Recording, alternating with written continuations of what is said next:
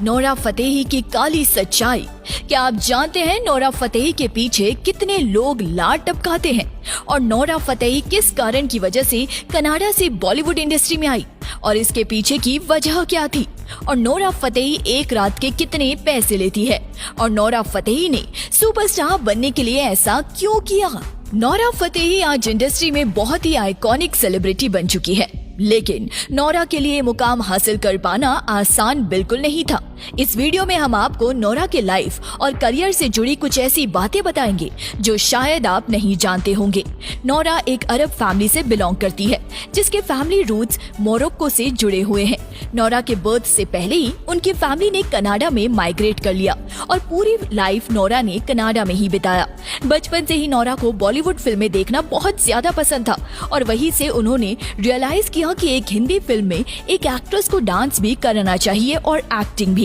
जब भी नोरा घर पर एक्ट्रेस बनने की बात किया करती थी तो उनके पेरेंट्स उन्हें बहुत ही गुस्सा कर देते हैं और समझाते थे कि ऐसा काम हमारी फैमिली की लड़कियां नहीं करती।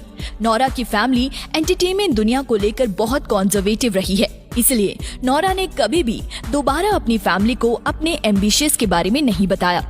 नोरा ने डांस के लिए कभी भी प्रोफेशनल ट्रेनिंग नहीं ली है, बल्कि उन्होंने हमेशा टीवी देख देख कर ही डांस सीखा है।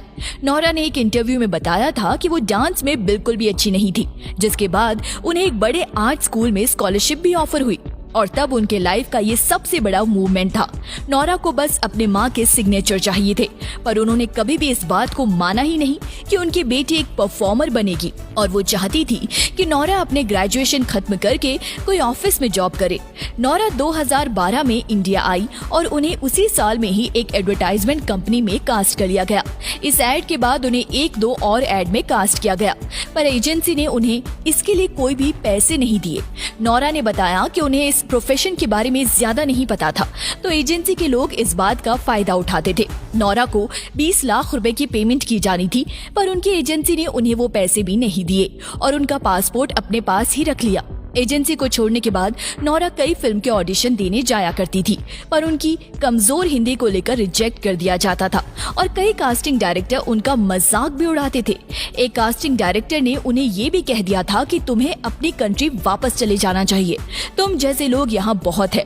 फिर 1 साल के स्ट्रगल के बाद 2014 में नोरा को एक adventure film raw tigress of the Sundarban में कास्ट किया गया था, जहां उन्हें एक इम्पोर्टेंट रोल में देखा गया, पर बॉक्स ऑफिस पर यह फिल्म फ्लॉप रही और नोरा को वो पॉपुलैरिटी नहीं मिल पाई जैसा उन्होंने इमेजिन किया था।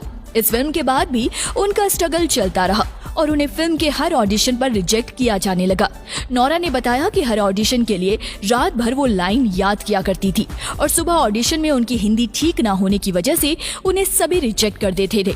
उसके बाद नोरा ने साउथ इंडस्ट्री में ट्राई किया, पर वहां उन्हें सिर्फ डांस नंबर ऑफर किए गए और सब ने उन्हें ये भी कहा कि तुम्हें आइटम सॉन्ग्स नहीं करने चाहिए क्योंकि उसके बाद सब तुम्हें एक आइटम गर्ल की तरह देखेंगे। पर नोरा को लगा कि कुछ ना करने से अच्छा है जो उन्हें ऑफर किया जा रहा है वो उसी में एफर्ट लगाए, क्योंकि लाइफ का कुछ नहीं पता कि एक सॉन्ग या फिर एक छोटा सा रोल भी आपको फ्यूचर में कहाँ ले जाए। साउथ की फिल्म टेम्पल में जब नोरा एक गाने में नजर आई तो उसके बाद से ही उन्हें कई और फिल्म्स में डांस नंबर में फीचर किया जाने लगा, जिसमें सबसे बड़ी फिल्म बाहुबली रही। उसके बाद नोरा को बिग बॉस सीजन 9 में as a wild card entry देखा गया और ऑडियंस ने भी उन्हें काफी पसंद किया। बिग बॉस के बाद नोरा ने झलक दिखला जा में एज अ कॉन्टेस्टेंट पार्टिसिपेट किया और वहां से नोरा को बॉलीवुड से ऑफर्स आने लगे।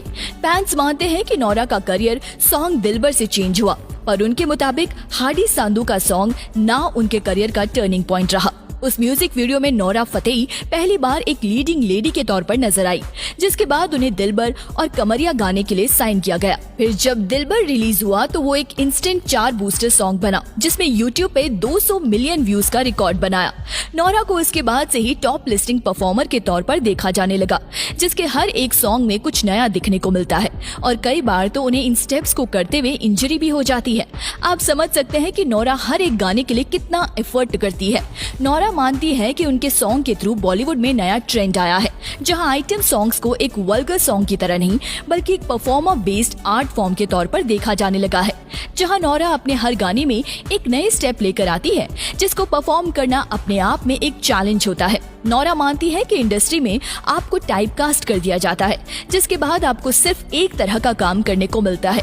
नोरा ने खुद अपने स्ट्रगलिंग डेज में टाइपकास्टिंग फेस की है, जहां सिर्फ उन्हें एक आइटम गर्ल के तौर पर ही देखा जाता था, पर आज Nora film ad reality shows हर जगह नजर आती है। देखा जाए तो नोरा की जर्नी से हमें बहुत कुछ सीखने को मिलता है, जहां इतना रिजेक्शन मिलने के बाद भी उन्होंने इंडस्ट्री में अपनी जगह बनाई और आज उनकी फैन फॉलोइंग मिलियंस में है। कहा जाता है कि नोरा फतेही अब तक 3 लोगों को डेट कर चुकी है। वो पहले थे वीरेंद्र सिंह, उनके साथ में रिलेशनशिप में थी, जो एक प्रोफेशनल बॉडी बिल्डर और रेसलर है और पंजाब से बिलोंग करते हैं। वो दुनिया के पहले वेजिटेरियन प्रोफेशनल बॉडी बिल्डर है, जो नोरा की debut film raw tiger of the Sundarbans में चीना के किरदार में नजर आए थे। बाद में उनका ब्रेकअप हो गया था और उसके बाद से ही कहा जा रहा था कि वो इंडियन मॉडल और एक्टर प्रिंस नरूला को डेट कर रही थी। साथ में ये नहीं कहा जा रहा था कि वो एक्टर मॉडल अंगद बेदी के साथ भी इन्वॉल्व थी, लेकिन दोनों के रिलेशनशिप की मिठास कड़वाहट में बदल गई, क्योंकि अंगद बेदी ने अपने बेस्ट फ्रेंड नेहा धूपिया के साथ शादी कर ली थी। उन्होंने dance reality show India's best dancer में ये भी कहा था कि नेहा कक्कड़ के बिना इंडस्ट्री अधूरी है।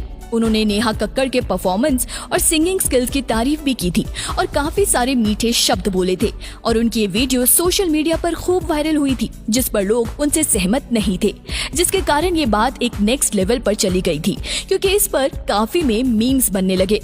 नोरा फतेही को हमने dance show India's best dance में भी देखा था, जहां वो शो के जज भी बनी हुई थी।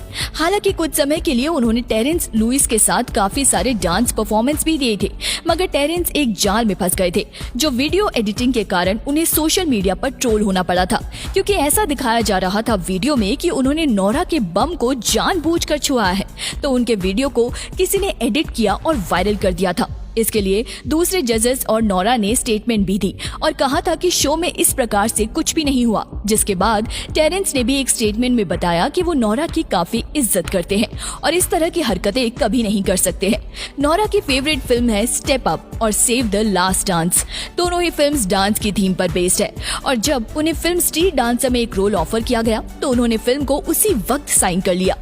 फिल्म माई बर्थडे सॉन्ग में नोरा को as a lead actress cast किया गया। ये फिल्म एक साइकोलॉजिकल थ्रिलर है, जिसमें संजय सूरी नोरा के अपोजिट नजर आए हैं। माई बर्थडे सॉन्ग फिल्म ज्यादा पॉपुलर नहीं हुई और ये फिल्म आज भी बहुत अंडररेटेड है। नोरा बिलीव करती है कि वो एक बहुत अच्छी कॉमेडियन है और एक दिन वो किसी कॉमेडी फिल्म का पार्ट भी बनना चाहेंगी।